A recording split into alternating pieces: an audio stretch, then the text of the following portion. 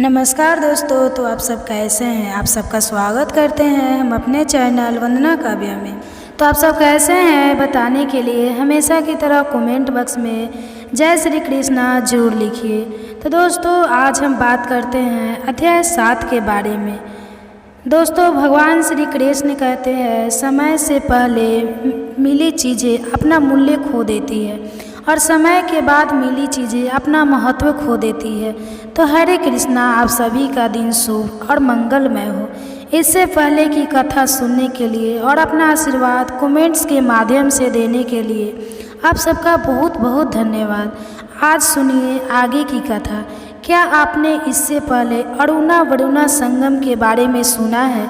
नहीं जानते तो आइए रसपान करते हैं आज के अध्याय का, जिसमें देवर्षि नारद ब्रह्मा जी से पूछ रहे हैं, जिसके उत्तर में श्री ब्रह्मा जी उन्हें बताते हैं कि नारद, उसके साथ विश्व विख्यात जन स्थान नामक तीर्थ है जिसका विस्तार 4 योजन का है। वह स्मरण मात्र से मनुष्य को मुक्ति देने वाला है। पूर्व काल की बात है, वे वस्त मनु के वश में जनक नाम के प्रसिद्ध एक राजा हुए। उन्होंने वरुण की पुत्री गुनावा के साथ विवाह किया था। गुनावा धर्म, अर्थ, काम और मोक्ष की सिद्धि करने वाली थी। जनक में भी यही गुण थे, अतः राजा को अपने गुणों के अनुरूप सुयोग पत्नी मिली। विप्र और याज्ञवल्क्य के राजा जनक के पुरोहित थे। एक दिन राजा ने अपने पुरोहित से पूछा, द्विश्रेष्ठ, बड़े बड़े मुनियों ने यह निर्णय किया है कि भोग और मोक्ष दोनों श्रेष्ठ है। अंतर बस इतना ही है कि भोग अंत में विरस हो जाता है और मुक्ति नित्य एवं निर्विकार है। अतः भोग से भी मुक्ति को ही श्वासन माना गया है। आप बताएं, भोग से भी मुक्ति की प्राप्ति कैसे होती है? सब प्रकार की आसक्तियों का त्याग करने से जो मुक्ति प्राप्त होती है वह तो अत्यंत दुख साध्य है। अतः जिस उपाय से अत्यंत सुखपूर्वक मुक्ति हो सके वह भी बताइए। तब याज्ञवल्क्य बोले, राजन, साक्षात भगवान वरुण तुम्हारे गुरुजन, ससुर और हितकारी है। उन्हीं के पास चलकर पूछो, वे तुम्हें हित का उपदेश देंगे। फिर याज्ञवल्क्य और जनक दोनों राजा वरुण के पास गए और वहां जाकर उन्होंने मुक्ति का मार्ग पूछा। तब वरुण ने कहा, 2 प्रकार से मुक्ति प्राप्त होती है, एक तो कर्म करने से और एक कर्म ना करने से। वेद में यह मार्ग निश्चित किया गया है कि कर्म ना करने की अपेक्षा कर्म करना श्रेष्ठ है। धर्म, अर्थ, काम और मोक्ष यह चारों पुरुषार्थ कर्म से बंधे हुए हैं। हे राजन, कर्म द्वारा सभी प्रकार के सांध की सिद्धि होती है। इसलिए मनुष्य को सभी तरह से वैदिक कर्म का अनुष्ठान करना चाहिए। इससे वे इस लोक में भोग और मोक्ष दोनों प्राप्त करते हैं। अकर्म से कर्म पवित्र है। कर्म भिन्न भिन्न आश्रमों और वर्णों के अनुसार अनेक प्रकार के होते हैं। वर्णों और आश्रमों में भी 4 आश्रम कर्म के द्वारा माने गए हैं। उनमें भी गृहस्थ आश्रम अधिक पुण्यदायक है। उससे भोग और मोक्ष दोनों प्राप्त हो सकते हैं। यही मेरा मानना है। यह सुन राजा जनक और बुद्धिमान याज्ञवल्क्य ने वरुण का पूजन किया और पुनः यह बात पूछी, सूर्यश्रेष्ठ, आपको नमस्कार है। आप स्वर्ग है, बताइए कौन सा देश है और तीर्थ ऐसा है जो भोग तथा मोक्ष प्रदान करने वाला है? वरुण ने कहा, इस पृथ्वी पर भारतवर्ष और उसमें भी दंडक वन पुण्यदायक है। इसमें किया हुआ शुभ कर्म मनुष्य को भोग तथा मोक्ष दोनों प्रदान करता है। तीर्थों में गंगा श्रेष्ठ है, वे मुक्ति दायिनी मानी गई है। वहाँ यज्ञ और दान करने से मोक्ष की प्राप्ति होती है। वरुण का यह उपदेश सुनकर याज्ञवल्क्य और जनक उनकी आज्ञा लेकर अपनी पुरी में वापस लौट आए।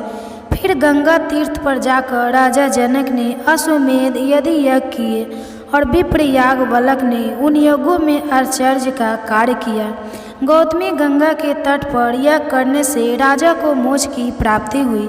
फिर उनका वंश के बहुत से राजा क्रमशः वहां आकर यज्ञ करते और गोदावरी की कृपा से मोक्ष के भागी होते रहे। तभी से यह तीर्थ जन स्थान के नाम से विख्यात हुआ। जन को भी सभी अभिलिप्त वस्तुओं को पता और मोक्ष का भागीदारी होता है। अरुणा और वरुणा नाम की 2 परम पवित्र नदियां हैं। उन दोनों का गोदावरी में संगम हुआ है, जो बहुत ही पवित्र तीर्थ है। उसकी उत्पत्ति की कथा सभी पापों का नाश करने वाली है। उसे बताता हूँ, सुनो। महर्षि कश्यप के ज्येष्ठ पुत्र आदित्य अर्थात सूर्य समस्त लोकों में विख्यात है। वो लोकों के नेत्र है, उनकी किरणें अतः दुख सह के भगवान सूर्य के रथ में 7 घोड़े जुते हुए हैं। भगवान सूर्य संपूर्ण लोकों द्वारा पूजित है। उनकी पत्नी का नाम उषा है। उषा विश्वकर्मा की पुत्री और त्रिभुवन की अद्वितीय सुंदरी है। उसे अपने स्वामी के तीव्र ताप का सहन नहीं हो पाता था। वह सदा इसी चिंता में पड़ी रहती कि मुझे क्या करना चाहिए। उषा के 2 बुद्धिमान पुत्र थे, वैभुस्तर मनु और यम। एक कन भी थी जो परम पवित्र यमुना नदी के रूप में विख्यात हुई। एक दिन उषा ने अपने ही समान रूपी वाली अपनी छाया उत्पन्न की और उससे कहा, तुम मेरी ही जैसी होकर मेरी आज्ञा से पति की सेवा तथा मेरे पुत्रों का पालन कर। मैं जब तक लौट कर न आऊँ तब तक तुम पति की प्रेयसी बनकर रहो। यह रहस्य किसी को मत बताना, मेरी संतानों पर भी यह भेद प्रकट ना हो पाए। छाया ने बहुत अच्छा वह कर उषा की आज्ञा स्वीकार कर ली और उषा अपने घर से निकल गई। उसने तपस्या करने के लिए उत्तर कुरु नामक देश को प्रस्थान किया। वहां पहुंचकर उसने घोड़ी का रूप धारण करके बड़ी कठिन तपस्या आरंभ कर दी। जब सूर्य देव को इस बात का पता चला तब वह भी घोड़ी का रूप धारण करके उसके पास गए। पतिव्रता उषा पर पुरुष की आशंका से भागकर भारतवर्ष में गौतमी के तट पर आई। वहां उसका पति के साथ समागम हुआ जिससे अश्विनी कुमारों की उत्पत्ति हुई। वह स्थान अश्व तीर्थ, भानु तीर्थ और पंचवटी नाम से विख्यात हुआ। तापी और यमुना दोनों सूर्य की कन्याएं थीं। वे गौतम तट पर अपने पिता से मिलने के लिए अरुणा वरुणा नामक नदियों के रूप में आई थी। उन दोनों का जहाँ गंगा में संगम हुआ है वह बहुत उत्तम तीर्थ है। उसमें भिन्न भिन्न देवताओं और तीर्थ का प्रथम पृथक संगम हुआ है। उक्त संकर में 27,000 तीर्थों का समुदाय है। वहाँ किया हुआ स्नान और दान अक्षय पुण्य प्रदान करने वाला है। नारद उस तीर्थ के स्मरण, कीर्तन और श्रवण से भी मनुष्य सभी पापों से मुक्त होकर धर्मन और सुखी हो जाता है। श्री ब्रह्मा जी कहते हैं, नारद, गुरूर नामक तीर्थ सभी विघ्नों की शांति करने वाला है। उसके प्रभाव का भी वर्णन करता हूँ, ध्यान देकर सुनो। शेषनाग के एक महाबली पुत्र था जो मनीना नाग के नाम से प्रसिद्ध हुआ। उसे सदा गरुड़ का भय बना रहता था। अतः उसने अपनी भक्ति के द्वारा भगवान शंकर को संतुष्ट किया। प्रसन्न होने पर भगवान महेश्वर ने कहा कि नाग, कोई वर मांगो। तब नाग ने कहा, प्रभु, मुझे गरुड़ से अभय दान दीजिए। भगवान शिव ने कहा, तथास्तु, ऐसा ही होगा। तुम्हें गरुड़ से कोई भय ना हो। वरदान पाकर मणि नाग गरुड़ से भय निर्भय होकर बाहर निकला। वह क्षीर सागर के समीप जहाँ भगवान विष्णु शयन करते हैं इधर उधर विचर लगा। जहाँ गरुड़ निवास करते थे उस स्थान पर भी वह जाया करता। गरुड़ ने उस नाग को निर्भय विचर से देख पकड़ लिया और अपने घर में लाकर डाल दिया। इसी बीच में नदी ने जगदीश्वर भगवान शिव से कहा कि हे देवेश्वर, अब मणि नाग नहीं आता है। जान पड़ता है कि गरुड़ ने उसे खा लिया या फिर बांध रखा है। अगर वह जीवित होता तो यहाँ आए बिना ना रहता। नंदी की बात सुनकर तुम शीघ्र जाकर जगदीश भगवान विष्णु की स्तुति करो और गरुड़ के द्वारा बंधन में डाले हुए नाग को मेरे कहने से ले आओ। प्रभु की बात सुनकर नंदी स्वयं ही लक्ष्मीपति के पास उपस्थित हुए और भगवान शिव की कही हुई बातें वहां जाकर निवेदक पूर्वक कही। तब भगवान नारायण ने प्रसन्न होकर गरुड़ से कहा, बिंता नंदन, मेरी बात मानकर नंदी को वह नाग लौटा दो। लेकिन गरुड़ ने नंदी को वह नाग देना स्वीकार नहीं किया और गर्व से कहने लगा, मैं आपका भृत्य हूँ, मैं नाग को लाया हूँ और आप उसे नंदी को दे रहे हो। स्वामी को तो सेवक को दिया करते हैं, परंतु आप तो मेरी प्राय वस्तु को छीन ले रहे हैं। मेरी शक्ति आप जानते ही हो। मेरे ही बल से तो आपने संग्राम में दैत्यों पर विजय प्राप्त की है। भगवान विष्णु ने गरुड़ की बात सुन करके सामने हंसकर कहा, पक्षीराज, ठीक है, तुम्हारे ही बल से मैंने असुरों पर विजय पाई है। फिर भगवान ने क्रोध ना करके कहा, गुरुड़, मैं मानता हूँ तुम्हें विलक्षण शक्ति है, पर तुम मेरी इस कनिष्ठ अंगुली को तो वहन करो। इतना कहकर भगवान ने अपनी अंगुली गुरुड़ के मस्तक पर रख दी। गुरुड़ अंगुली का भार तक नहीं सहा। सबके सब गुरु ने दीन भाव से लज्जित होकर हाथ जोड़कर प्रार्थना की और कहने लगा, मैं आपका अपराधी सेवक हूँ, हे प्रभु मेरा परित्राण कीजिए। फिर उन्होंने माता लक्ष्मी से प्रार्थना की। लक्ष्मी जी ने कृपाकुल होकर जनार्दन से कहा, नाथ, विपन्न व्रत गरुड़ की रक्षा कीजिए। तब भगवान ने नंदी से कहा, नंदी केश्वर, तुम गरुड़ के साथ ही नाग को महादेव जी के पास ले जाओ। बहुत अच्छा कहकर नंदी गरुड़ और नाग के साथ धीरे धीरे शंकर जी के पास गए और सब समाचार उन्हें कह सुनाया। तब शंकर जी ने गरुड़ से कहा, महाबाहो, तुम लोग पावनी गौतमी गंगा के पास जाओ, वे समस्त अभीष्ट वस्तुओं को देने वाले हैं। उस शांतिमय सरिता में स्नान करने से तुम्हें समस्त इच्छित वस्तुएं 100 गुनी अथवा सहस्त्र गुनी होकर मिलेंगे।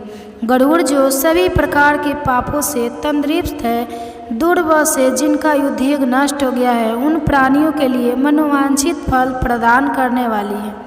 गोदावरी नदी ही शरण है। भगवान शिव की यह बात सुनकर गरुड़ प्रणाम करके चले गए। गोदावरी के तट पर पहुंचकर उन्होंने जल में स्नान किया और भगवान शिव तथा विष्णु के चरणों में मस्तक झुकाया। फिर उनके पूर्वत वेग आ गया और वे उड़कर भगवान विष्णु के समीप चले गए। तब से वह समस्त अभीष्ट वस्तुओं को देने वाली तीर्थ गरुड़ तीर्थ के नाम से प्रसिद्ध हुआ। वह नारद मनुष्य मन और इंद्रियों को स्वयं में रखते हुए वहाँ स्नान जो भी काम करता है, वह सब अक्षय तथा शिव और विष्णु को प्रिय लगने वाला होता है। उसके आगे सभी पापों का नाश करने वाला गोवर्धन तीर्थ है। वह पितरों के लिए पुण्यजनक तथा स्मरण मात्र से पाप दूर करने वाला है। नारद, मैंने उसका स्वभाव प्रत्यक्ष देखा है। पूर्व काल में जबाली नाम से प्रसिद्ध एक किसान ब्राह्मण रहा करता था। वह दोपहर हो जाने पर भी हल से बैलों को खोलता नहीं था। उनके दोनों बगल में और पीठ पर चाबुक मारता रहता। उसके दोनों बैल सदा आंखों से आंसू बहाया करते थे। एक दिन कामधेनु गौ जगन माता सुरभि ने नंदी से सब हाल कहा। नंदी ने भी खिन्न होकर भगवान शंकर को सारी बात बताई। तब शंकर जी ने नंदी से कहा, तुम्हारी प्रत्येक बात सिद्ध हो जाए। महादेव जी की आज्ञा पाकर नंदी ने समस्त गौ जाति को अपने में समेट लिया। स्वर्ग लोक और मृत्यु लोक की समस्त गौएं अदृश्य हो गई। तब देवता गणों ने मेरे पास आकर कहा, भगवान, गौओं के बिना जीवन नहीं रह सकता। उस समय मैंने देवता गणों की बात सुनकर उनसे कहा कि जाओ भगवान शंकर से याचना करो। फिर उन्होंने भगवान शंकर की स्तुति करके उनसे सब हाल कहा। महादेव जी ने भी उत्तर दिशा, इस विषय में तो नंदी ही जाने। तब सभी देवतागण नंदीकेश्वर के पास जाकर बोले कि हे नंदीकेश्वर, हमें जगत का उपकार करने वाले गौएं दे दीजिए। नंदी बोले, आप लोग गौ यज्ञ कीजिए, तभी दिव्य और मानस गाय प्राप्त होगी। फिर गौतमी गंगा के तट पर देवताओं ने गौ यज्ञ का आयोजन किया। फिर वहाँ से गौ बढ़ने लगी। तभी से वह तीर्थ गोवर्धन नाम से प्रसिद्ध हुआ। वह देवताओं की प्रति बढ़ाने वाला है। मुनि श्रेष्ठ, वहाँ किया हुआ केवल स्नान भी सहस्त्र गोदान का फल देने वाला है। हरे कृष्णा। तो आज के अध्याय में बस इतना ही। अब सुनिए कल से आगे की पौराणिक कथा। भीष्म जी के पूछने पर पुलिस जी बोले, वस्त, तुमने बड़ी उत्तम बात पूछी है, अब एकाग्रचित्त होकर सुनो। प्राचीन सतयुग की बात है। बलिष्ठ दानवों ने समूचे स्वर्ग पर अधिकार जमा लिया था। इंद्र सहित संपूर्ण देवताओं को जीतकर उनसे त्रिभुवन का राज्य छीन लिया था। उनमें बाकली नामक दानव सबसे बलवान था। उसने समस्त दानवों को यज्ञ का भरोता बना दिया। इससे इंद्र को बड़ा दुख हुआ। वे अपने जीवन से निराश हो चले। उन्होंने सोचा कि ब्रह्मा जी के वरदान से दानवराज बाकली मेरे और संपूर्ण देवताओं के लिए युद्ध में अवध हो गया है, इसलिए मैं ब्रह्मलोक में चलकर भगवान ब्रह्मा जी की ही शरण लूँगा। उनके सिवा और कोई मुझे सहारा देने वाला नहीं है। ऐसा विचार कर देवराज इंद्र संपूर्ण देवताओं को साथ लेकर तुरंत उस स्थान पर गए जहाँ भगवान ब्रह्मा जी विराजमान थे। इंद्र बोले, देव, क्या आप हमारी दशा नहीं जानते? अब हमारा जीवन कैसे रहेगा? प्रभु, आपके वरदान से दैत्यों ने हमारा सब कुछ छीन लिया। मैं दुरात्मा बाकली की सारी करतूतें पहले ही आपको बता चुका हूँ। पितामह, आप ही हमारे पिता हैं। हमारी रक्षा के लिए शीघ्र ही कोई उपाय कीजिए। संसार से वेद पाठ और यज्ञदत्त और मंगल की बातें जाती रही। सबने अध्ययन करना छोड़ दिया, दंड नीति भी उठा दी गई। इन सब कारणों से संसार के प्राणी किसी तरह सांस मात्र ले रहे हैं। यह संसार पीड़ाग्रस्त तो था ही, अब और भी कष्ट दशा को पहुंच गया है। इतने समय में हम लोगों को बड़ी गलानी उठानी पड़ी है। ब्रह्मा जी ने कहा, देवराज, मैं जानता हूँ बाकली बड़ा नीच है और वरदान पाकर घमंड से भर गया है। यद्यपि तुम लोगों के लिए वह अजय है, फिर भी मैं समझता हूँ कि भगवान श्री विष्णु उसे अवश्य ठीक कर देंगे। पुलह जी कहते हैं कि राजन, उस समय ब्रह्मा जी समाधि में स्थित हो गए। उनके चिंतन करने पर ध्यान मात्र से चतुर्भुज भगवान श्री विष्णु थोड़े ही समय में सबके देखते देखते वहां आ पहुँचे। भगवान श्री विष्णु बोले, हे ब्राह्मण, इस ध्यान को छोड़ो। जिसके लिए तुम ध्यान करते हो वही मैं साक्षात तुम्हारे पास आ गया हूँ। ब्रह्मा जी ने कहा, स्वामी ने यहाँ आकर मुझे दर्शन दिया है, यह बहुत बड़ी कृपा हुई। संसार के लिए जगदीश्वर की जितनी चिंता है उतनी और किसको हो सकती है। मेरी उत्पत्ति भी आपने जगत के लिए ही की थी और जगत की यह दशा है, अतः उसके लिए भगवान का सुभागन वास्तव में कोई आश्चर्य की बात नहीं है। प्रभु, विश्व के पालन का कार्य आपने ही अधीन है। इस इंद्र का राज्य बाकली ने छीन लिया है। चराचर प्राणियों के सहित त्रिलोकी को अपने अधिकार में कर लिया है। केशव, अब आप ही सलाह देकर अपने इस सेवक की सहायता कीजिए। भगवान श्री वासुदेव ने कहा, हे ब्राह्मण, तुम्हारे वरदान से वह दानव इस समय अवध है, यद्यपि उसे बुद्धि के द्वारा बंधन में डालकर परास्त किया जा सकता है। मैं दानवों का विनाश करने के लिए 52 रूप धारण करूंगा। यह इंद्र मेरे साथ बाकली के घर चले और वहां पहुंचकर मेरे लिए इस प्रकार वर्ग की याचना करे कि राजन, इस बने ब्राह्मण के लिए 3 पग भूमि का दान कीजिए। महाभागी इनके लिए मैं आपसे याचना करता हूँ। और ऐसा कहने पर वह दानव राज तो अपना प्राण तक दे सकता है। पितामह, उस दानव का दान स्वीकार करके पहले मैं उसे राज्य से वंचित करूँगा, फिर उसे बांधकर पताल का निवासी बनाऊंगा। ऐसा कहकर भगवान श्री विष्णु अंतर ध्यान हो गए। इसके बाद कार्य साधन के अनुकूल समय आने पर संपूर्ण प्राणियों पर दया करने वाले देवादिदेव भगवान ने देवताओं का हित करने के लिए अतिथि का पुत्र होने का विचार किया। भगवान ने जिस दिन गढ़ में प्रवेश किया उस दिन स्वच्छ वायु बहने लगी। संपूर्ण प्राणी बिना किसी उपद्रव के अपने अपने इच्छित पदार्थ प्राप्त करने लगे। वृक्षों से फूलों की वर्षा होने लगी। समस्त दिशाएं निर्मल हो गई और सभी मनुष्य सत्य प्राणय हो गए। देवी आदिति ने 1000 दिव्य वर्षों तक भगवान को गर्भ में धारण किया। इसके बाद वे भूत भावन प्रभु वामन रूप में प्रकट हुए और उनके अवतार लेते ही नदियों का जल स्वच्छ हो गया। वायु सुगंध बिखरने लगी। उस तेजस्वी पुत्र के प्रकट होने से महर्षि कश्यप को भी बड़ा आनंद हुआ। तीनों लोकों में निवास करने वाले समस्त प्राणियों के मन में अपूर्व उत्साह बढ़ गया। भगवान जनार्दन का प्रभावदार होते ही स्वर्ग लोक में नगाड़े बज उठे। अत्यंत हर्षोल्लास के कारण त्रिलोक के मोह और दुख नष्ट हो गए। गंधर्व ने अत्यंत ऊंचे स्वर से संगीत आरंभ कर दिया।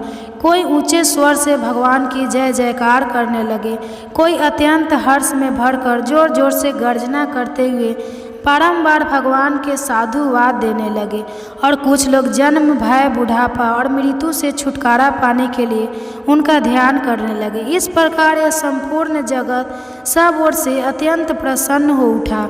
देवता लोग मन ही मन विचार करने लगे कि यह साक्षात परमात्मा श्री विष्णु हैं।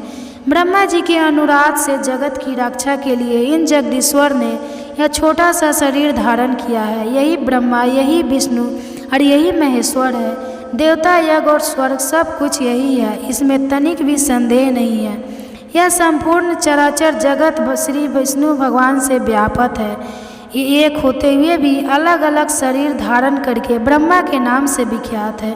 जिस प्रकार बहुत से रंगों वाली वस्तुओं का सानिध्य होने पर स्फटिक मणि विचित्र सी प्रतीत होने लगती है, वैसे ही माया मय के संगत से वैभव परमात्मा की नाना रूपों में प्रतीत होती है। अब यह भगवान सब तरह से देवताओं का कार्य सिद्ध करेंगे। शुद्ध चित्त वाले देवगण जब इस प्रकार सोच रहे थे, उसी समय भगवान वामन इंद्र के साथ वास्कल के घर गए। उन्होंने दूर से बाकली की नगरी को देखा तो परकोटे से घिरी हुई थी। बाकली को राजा बलि के नाम से भी जाना जाता है। जब प्रकार के रत्नों से सजे हुए ऊंचे ऊंचे सफ़ेद महल जो आकाशचारी प्राणियों के लिए थी आगमन थे, उस पूरी की शोभा बढ़ा रहे थे। नगर की सड़कें बड़ी ही सुंदर और क्रमबद्ध बनाई गई थी। कोई ऐसा पुष्प नहीं, ऐसी विद्या नहीं, ऐसा शिल्प नहीं और ऐसी कला नहीं जो बाकली की नगरी में मौजूद ना रही हो। वहीं रहकर दानवराज बाकली चराचर प्राणियों सहित समस्त त्रिलोकी का पालन करता था। वह धर्म का ज्ञाता, कृतज्ञ, सत्यवादी और जितरिय था। सभी प्राणी उससे समपूर्वक मिल सकते थे।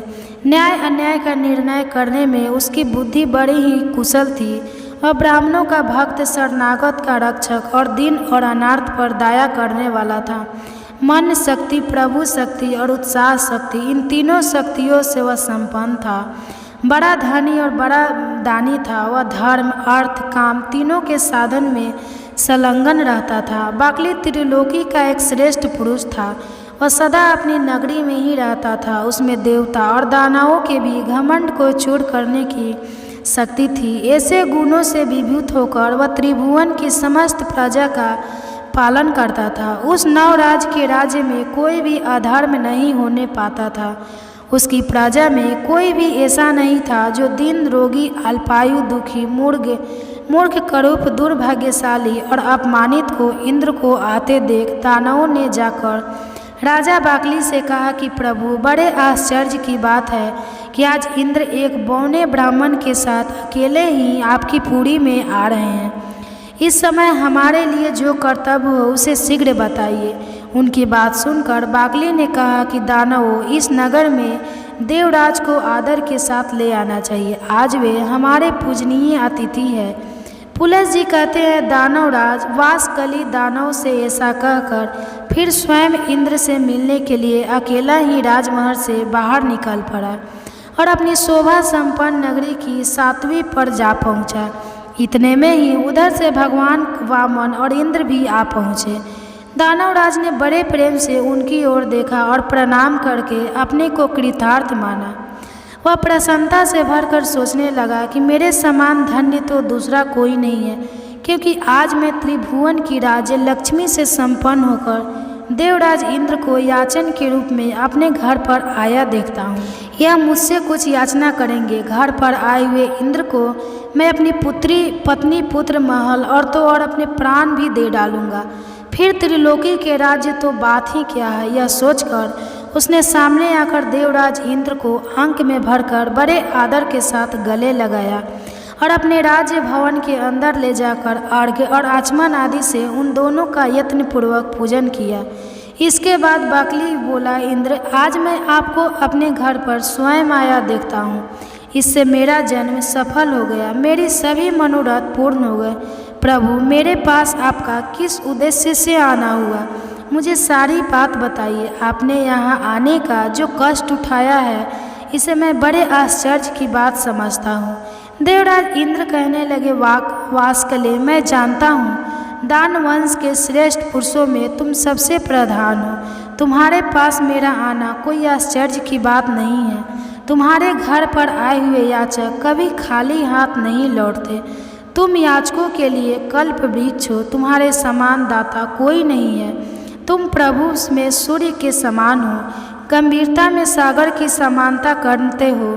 समाछील के कारण तुम्हारी पृथ्वी के साथ तुलना की जाती है।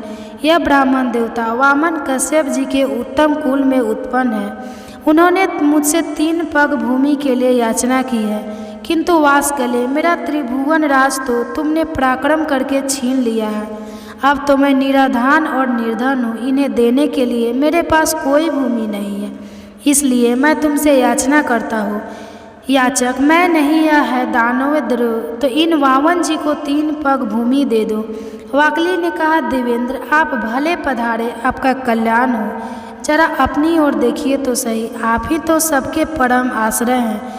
पितामह ब्रह्मा जी त्रिभुवन की रक्षा का भार आपके ऊपर डालकर सुख से बैठे हैं और ध्यान धारत से युक्त हो परम पद का चिंतन करते हैं। भगवान श्री विष्णु भी अनेकों संग्राम से थक कर जगत की चिंता छोड़ आपके ही भरोसे क्षीर सागर का आश्रय ले सुख की नींद सो रहे हैं। उमानाथ भगवान शंकर भी आपको ही सारा भार सौंप कर कैलाश पर्वत पर विहार करते हैं। मुझसे अलग बहुत से दानवों को जो बलवान से भी बलवान थे आपने अकेले ही मार गिराया। 12 आदित्य, 11 रुद्र, दोनों अश्विनी कुमार, 8 वसु और सनातन देवता धर्म में सब लोग आपके ही बाहुबल का आश्रय लेकर स्वर्ग लोक में यज्ञ का भाग ग्रहण करते हैं। आपने उत्तर दक्षिणा से संपन्न 100 यज्ञों द्वारा भगवान का यजन किया है। वृत्त और नमु आपके ही हाथों मारे गए हैं। आपने ही पाक नामक दैत्य का दमन किया है। सर्वसमर्थ भगवान विष्णु ने आपकी ही आज्ञा से दैत्यराज हिरण्यकश्यप को अपनी जांघ पर बैठाकर मार डाला था। आप ऐरावत के मस्तक पर बैठकर ब्रज हाथों के में लिए जब संग्राम भूमि में आते हैं, उस समय आपको देखते ही सब दानव भाग जाते हैं। पूर्व समय में आपने बड़े बड़े बलिष्ठ दानवों पर विजय पाई है। देवराज आप तो ऐसे प्रभावशाली है, भला आपके सामने मेरी क्या गिनती हो सकती है। आपने तो मेरे उद्धार करने की इच्छा से ही यहाँ पर्दापण किया है। निसंदेह मैं आपकी आज्ञा का पालन करूँगा। मैं निश्चय पूर्वक कहता हूँ, आपके लिए मैं अपने प्राण भी दे दूँगा। देगेश्वर आपने मुझसे इतनी सी भूमि की बात क्यों कही। ये स्त्री, पुत्र, गव्य और जो कुछ भी धन मेरे पास है वो सब और त्रिलोकी का सारा राज्य इन ब्राह्मण देवता को दे दीजिए। आप ऐसा करके मुझ पर और मेरे पूर्वजों पर कृपया करके इससे बिल्कुल भी संयम नहीं है, क्योंकि भावी प्रजा कहेंगे कि पूर्व काल में राजा भास्कर ने अपने घर पर आए हुए इंद्र को त्रिलोक का राज्य दे दिया था। आप ही के यदि कोई दूसरा याचक भी मेरे पास आए तो वह सदा ही मुझे अत्यंत प्रिय होगा। आप तो उन सब में मेरे लिए विशेष आदरणीय हैं, अतः आपको कुछ भी देने में मुझे कोई विचार नहीं करना है। परंतु देवराज मुझे इस बात से बड़ी लज्जा हो रही है कि इन ब्राह्मण देवता के विशेष प्रार्थना करने पर आप मुझसे केवल 3 पग ही भूमि मांग रहे हैं। मैं तो इन्हें अच्छे गांव दे दूंगा और आपको स्वर्ग का राज भी अर्पण कर दूंगा। वामन जी को स्त्री और भूमि दोनों दान करूंगा। आप मुझ पर कृपा करके यह सब स्वीकार करें। पुलस जी कहते हैं, राजन दानवराज बाकली के ऐसा कहने पर उसके पुरोहित शुक्राचार्य ने उससे कहा, महाराज तुम्हें उचित अनुचित का बिल्कुल ज्ञान नहीं है। किसको कब क्या देना चाहिए इस बात से तुम अनुभव की हो, इसलिए मंत्रियों के भली भांति विचार करके सलाह करके युक्तायुक्त का निर्णय करने के बाद तुम्हें कोई कार्य करना चाहिए। तुमने इंद्र सहित देवताओं को जीतकर त्रिलोकी का राज्य प्राप्त किया है। अपने वचन को पूरा करते ही तुम बंधन में पड़ जाओगे। राजन यह जो वामन है इन्हें साक्षात सनातन विष्णु ही समझो। इनके लिए तुम्हें कुछ नहीं देना चाहिए, क्योंकि इन्होंने ही तो पहले तुम्हारे वंश का उल्लंघन किया है, आगे भी कराएंगे। इन्होंने माया से दानवों को परास्त किया है और माया से ही इन समय बौने ब्राह्मण का रूप बनाकर तुम्हें दर्शन दिया है। इसलिए राजन अब बहुत कहने की आवश्यकता नहीं है, इन्हें कुछ भी मत दो। 3 पग तो बहुत है, मक्खी के पैर के बराबर भी भूमि देना स्वीकार मत करो। अगर तुम मेरी बात नहीं मानोगे तो शीघ्र ही तुम्हारा नाश हो जाएगा, और यह मैं तुमसे बिल्कुल सच्ची बात कह रहा हूँ। बाकली ने कहा, गुरुदेव मैंने तो धर्म की इच्छा से इन्हें सब कुछ देने की प्रतिज्ञा कर ली है। प्रतिज्ञा का पालन अवश्य करना चाहिए, यह सत्पुरुषों का सनातन धर्म है।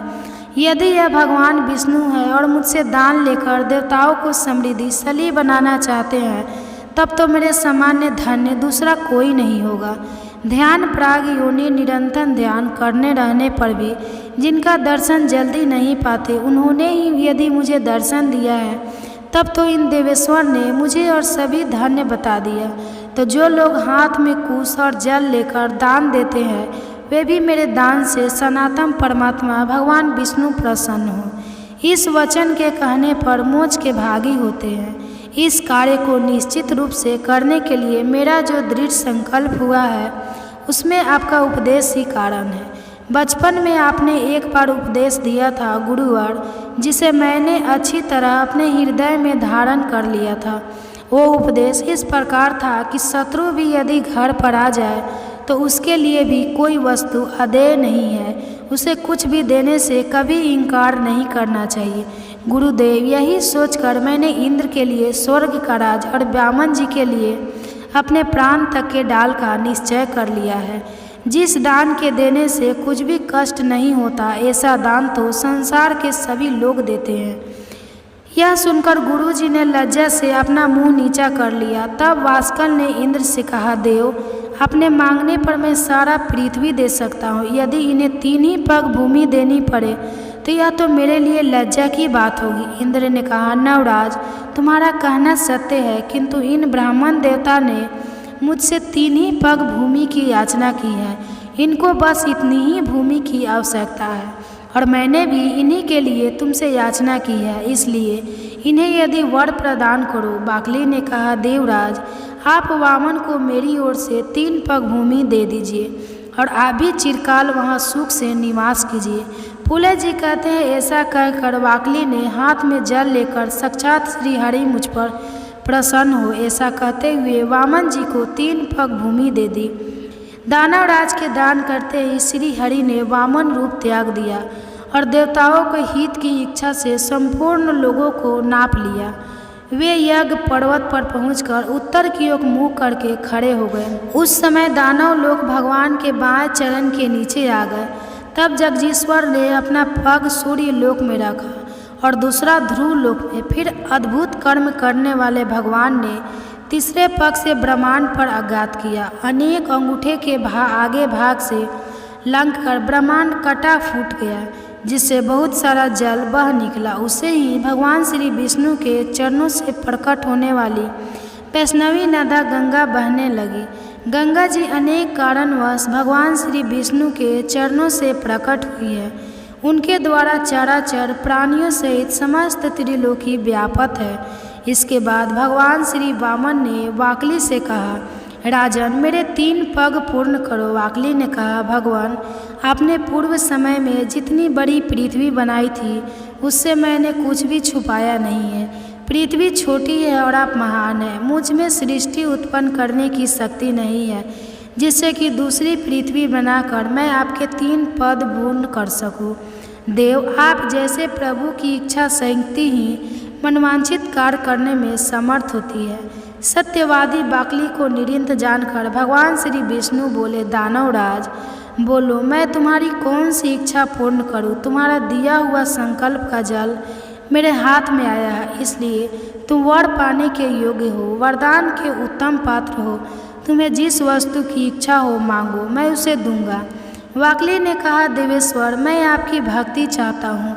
मेरी मृत्यु भी आपके ही हाथ से हो, जिससे मुझे आपके परम धाम श्वेत द्वीप की प्राप्ति हो, जो तपस्वी के लिए भी दुर्लभ है। कुलस जी कहते हैं, वाकली के ऐसा कहने पर भगवान श्री विष्णु ने कहा, राजन, तुम 1 कल्प तक ठहर रहे हो।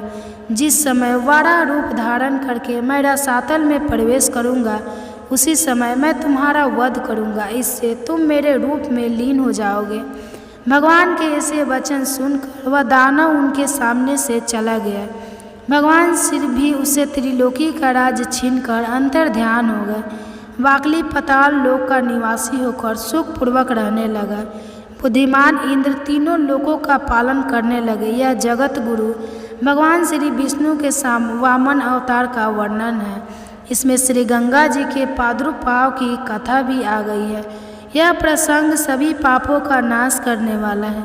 राजन, यह मैंने श्री विष्णु के 3 पंडोग लिया यज्ञ पर्वत पर स्थित श्री विष्णु के चरणों का दर्शन करके पाप से छुटकारा पा जाते हैं। भीष्म, जो मनुष्य मौन होकर यज्ञ पर्वत पर चढ़ता है अथवा तीनों पुष्कर की यात्रा करता है, उसे अश्वमेध यज्ञ का फल मिलता है। वह सब पापों से मुक्त होकर मृत्यु के पश्चात श्री विष्णु धाम में जाता है। भीष्म जी बोले, भगवान, यह तो बड़े आश्चर्य की बात है कि वामन जी के द्वारा दानवराज वाकली बंधने में डाला गया। मैंने तो श्रेष्ठ ब्राह्मणों के मुख से ऐसी कथा सुन रखी है कि भगवान ने वामन रूप धारण करके राजा बलि को बांधा था और विरोचन कुमार बलि आज तक पाताल लोक में मौजूद है। अतः आप मुझसे बलि के बांधे जाने की कथा का भी वर्णन कीजिए। फूले जी बोले, राजन, मैं तुमसे सब बातें बताता हूँ, सुनो। पहली बार की कथा तो तुम सुन ही चुके हो। दूसरी बार वर्तमान ने स्वर्ण मनवंत में भी भगवान श्री विष्णु ने त्रिलोकों को अपने चरणों से नाप था। उस समय उन देवाधिदेव ने अकेले ही यज्ञ में जाकर राजा बलि को बांधा और भूमि को नापा था। उस अवसर पर भगवान का पुनः वामन अवतार हुआ था और फिर उन्होंने फिर से त्रिविक्रम रूप धारण किया था। वे पहले वामन होकर फिर अवध अर्थात विराट हो गए थे। हरे कृष्णा। आज के अध्याय में बस इतना ही। इसके आगे का वर्णन आप सभी अगले अध्याय में सुनिए। आप सबका बहुत बहुत धन्यवाद।